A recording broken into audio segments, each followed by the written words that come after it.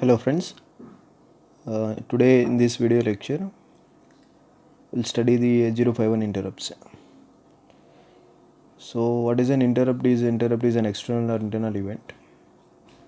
So when a current program is being executed and the time when an interrupt occurs, then it currently it stops the current program execution and then it returns to the ISR.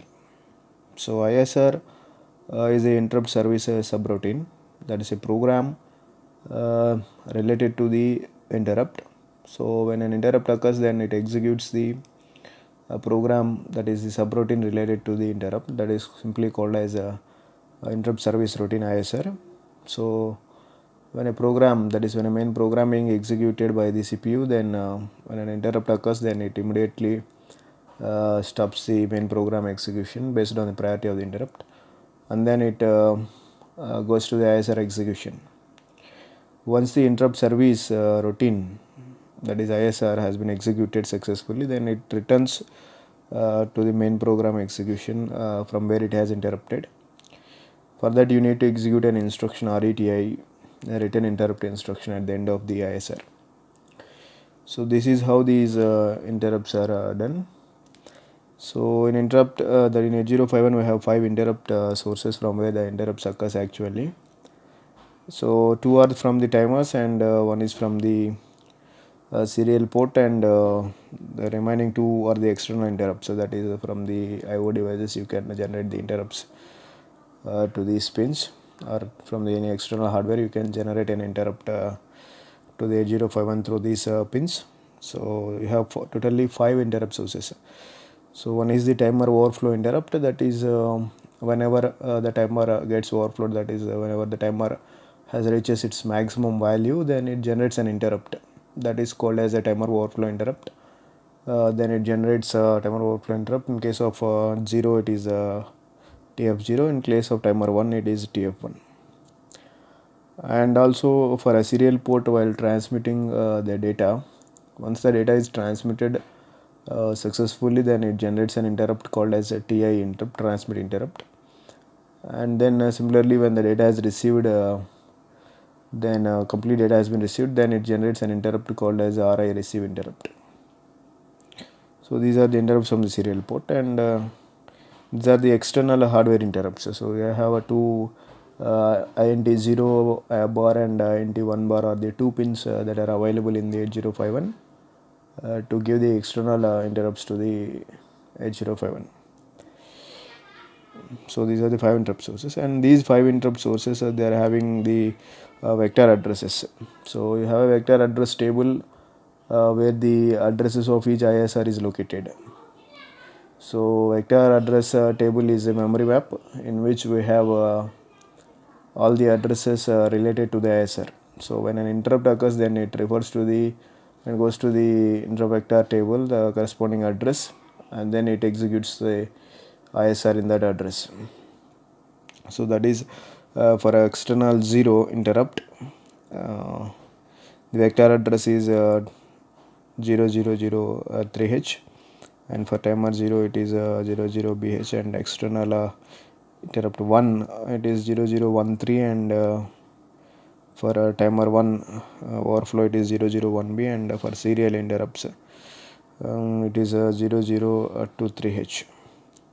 So you can see that each vector address is separated by around 8 addresses, and this is the vector address. When an interrupt occurs, then it goes to this vector address and find the ISR, and then execute and starts executing the ISR. So these are the interrupts and their vector addresses. And then we'll see the enabling and disabling of interrupts. So these interrupts sources, they can be enabled or disabled. That means if we don't want any serial interrupts to be happen to the 8051, so we can disable those serial interrupts. Or we don't want we want to work only with a timer 0, and we don't want any interrupts on the timer 1, we can disable that timer 1 interrupts. So that so likewise we can select the particular interrupt source and then enable it, and ignore the rest by using a register called as IE register. So IE register is a interrupt enabled register, so whose address is a AEH, which is a special function register for interrupts. For handling the interrupts, we have two registers. One is IE register, another one is a IP register. So now we are discussing about the IE register, that is interrupt enable register. So by using this register, we can enable or disable the interrupt sources. So in these 2 bits are undefined, they are not used. So D6 and D5, and the rest the 6 bits are used, and 5 of them are used for the interrupt sources, and one is used as a global interrupt. So you can see that bit D7, so bit D7 whose address is AF, and the name of that bit is EA bit, and it is a global interrupt. So you can enable or disable this global interrupt through the D7 bit. That is, if you set the D7 bit in the IE register to 1, then the global interrupts are enabled, and whereas if you set this D7 bit of the IE register to 0, then the global interrupts are disabled. So global interrupts are used to enable or disable all the interrupts at a time. So if you set that bit to 1, then these all the interrupts are enabled. That means these interrupts are accepted. These interrupts are accepted without enabling the global interrupts. You cannot, that is the 8051 will not allow the sources interrupts from the sources. So D7 bit should always be 1, and then you can see that bit D4 whose address is AC, and it is a enable serial interrupt. So setting D4 bit to 1 enables the serial interrupt, so that the serial interrupts TI and RI are accepted by the 8051. And then similarly D3 is used for ET1, that is enable timer 1 interrupt, and D2 bit is used for enabling the external 1 interrupt, and D1 is used for enabling the timer 0 interrupt, and similarly D0 is used for enabling the external 0 interrupt. So these are the 5 interrupt sources that we have, 2 timers and 2 external 1 serial. So these are enabled through these bits. So there are some instructions that are used in the 8051 to enable disable these interrupts. So if you want to enable these interrupts or disable this interrupt, there are some instructions that are shown here. So you can write the bit name here, that is a set BET1. So set BET1 is used to set the bit of ET1. ET1 is the name of the bit. So ET1 is the name of the timer 1 interrupt. So you can enable the bit D3. So that is bit D3 is made 1 by using this instruction, so that timer 1 interrupts are enabled. So timer 1 interrupts are accepted by the 8051. So the same instruction is also written in two different formats, in hexa and binary, that is writing to the IE register. So by writing some values to the IE register also, you can enable the corresponding bits. So by writing a value 08H to the IE register, you can enable the bit D3. So 08 is nothing but if you write it in a binary, so you'll get 4 zeros and 8 as 1000. So here all the bits are 0 except the bit D3. So that is this is D0 bit, and then D1, D2, D3. So D3 bit is made high, and whereas the rest of the bits are 0. So here D3 bit is made high, so ET1 is made high, so that the timer 1 interrupts are enabled. So this is how you write instructions to enable or disable the interrupt. So writing a 0 to that particular bit disables that interrupt, and writing 1 to that particular bit enables those interrupts. And remember, always the global interrupts need to be enabled. And now let us look at the interrupt priorities and the polling sequences. So interrupt priorities. So as we have many interrupts in 8051, so if more than one interrupt occurs at a time, then which interrupt has to be serviced is a question. So in such cases, the priority is used to resolve the interrupts conflict. So when more than one interrupt has occurred, then the 8051 selects one of the interrupts by using their priority. So the order of the priority is given here. So the highest priority is given to the external interrupt 0, INT 0, and then the next priority is given to timer overflow interrupt 0. So external interrupt 0 and timer interrupt 0 has given the highest priorities, and then interrupt 1, external interrupt 1 has given the next priority, and then timer 1 interrupt is given the priority. Least priority is given to the serial interrupt RI. So this is the order in which the priority is given. So you can the highest priority is given to INT 0, and then TF 0, and then INT 1, and then TF 1, and then RITI is having the least priority. In 8051 you have the facility that you can change the priority order. That means you can set the priority for any of the interrupt as the highest priority or least priority. So for that we need to use a register called as a IP register in the 8051. So IE register is used to enable or disable the interrupts. So similarly IP register is a interrupt priority register. So this interrupt priority register is used to set the priority as a high or low for the corresponding interrupts, and there are some instructions to set the priority for the interrupts. So you can change the priority by using this IP register. So IP bit patterns are shown here, and the address of this IP interrupt priority register is B8H. So B8H is the address of the interrupt priority, and you can see that there are 8 bits just as the IE, and a D7 bit is used to enable or disable the all interrupts, and whose address is same as that of the address in the IE register. And D6 and D5 they are undefined, and you can see that the rest of the bits they are used to set the priority for the bits. This is D4 bit is used to set the priority for the serial port. So if this bit is set to 1, that means the serial port has given the highest priority, that is RI and TI will be given the highest priority, and you can also set to 0 for the lowest priority. So if you want the highest priority for the timer 1 interrupt, then you can set the priority as high for this interrupt.